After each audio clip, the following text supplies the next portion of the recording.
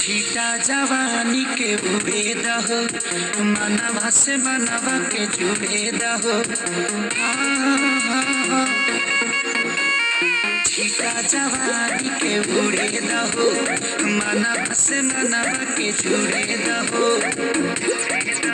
आज सुते चतरिया तान की तान की तान की। टूट जाए राजा जी, टूट जाए राजा जी पलंग सागवान के, टूट जाए राजा जी पलंग सागवान के।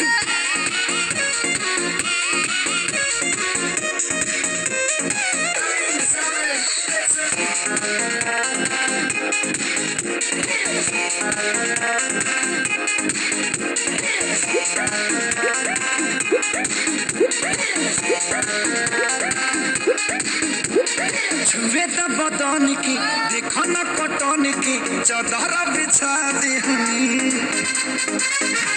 पलम जी मन पिघलाते हनी, पलंग पर झुलुआ झुलाते हनी। छुए तो बदन की देखो न कटन की, चादर बिछा देहनी। पलम जी मन पिघलाते हनी, पलंग पर झुलुआ झुलाते हनी।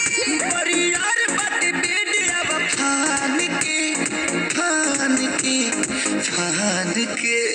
टूट जाए राजा जी, टूट जाए राजा जी पलंग सागवान के, टूट जाए राजा जी पलंग सागवान के।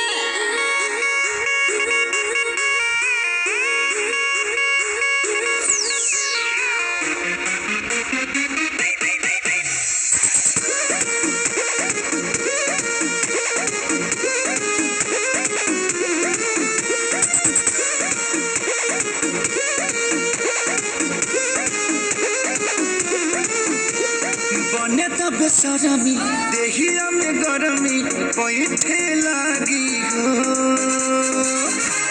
अमरिया ऐठे लागी हो, नस नस पैठे लागी हो।